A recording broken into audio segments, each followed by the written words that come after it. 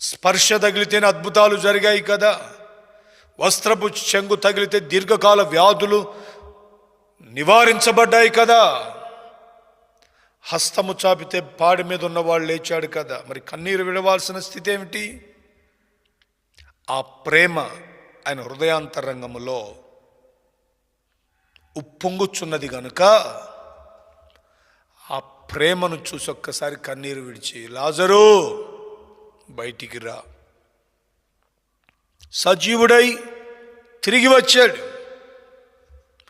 ఆ కుటుంబానికి ఎంతో ఆదరణ.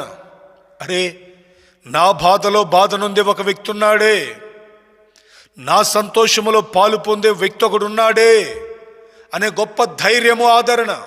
ఈరోజున దేవుని పిల్లలుగా మీరు చేయాల్సింది కూడా అదే. ఆ సంకుచితమైన హృదయాన్ని తీసివేసి